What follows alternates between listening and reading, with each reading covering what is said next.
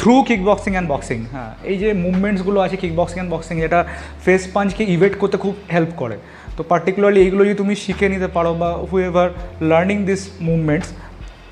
তো হ্যাঁ through kick boxing style, তাহলে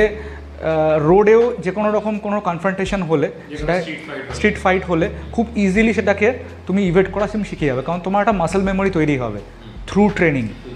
তো ওই ট্রেনিংয়ের মাসেল মেমোরির জন্য তোমার ফেস পাঞ্চ, যেটা নর্মালি যে কেউ একটা ফেস পাঞ্চ সামনে ফট করে পড়ে গেলে ঘাবড়াবে, সেখানে তোমার সেই জায়গাটা তোমার টেন্স হওয়ার কোনো বা প্যানিক হওয়ার তোমার চান্সেস থাকবে না। তো তুমি সেইখানে সুন্দর করে সেটা কাটিয়ে বেরিয়ে বা তার উপর নেক্সট কি কাউন্টার মুভ করবে সেটা তোমার টকিং অ্যাবাউট বেসিক ট্রেনিং, মানে যেটা কিক বক্সিংয়ে আমাদের বেসিক ট্রেনিং যেটা আছে সেটাই যদি কেউ করে, বেসিক ফিটনেস ট্রেনিংটা যেটা আছে তার মধ্যেই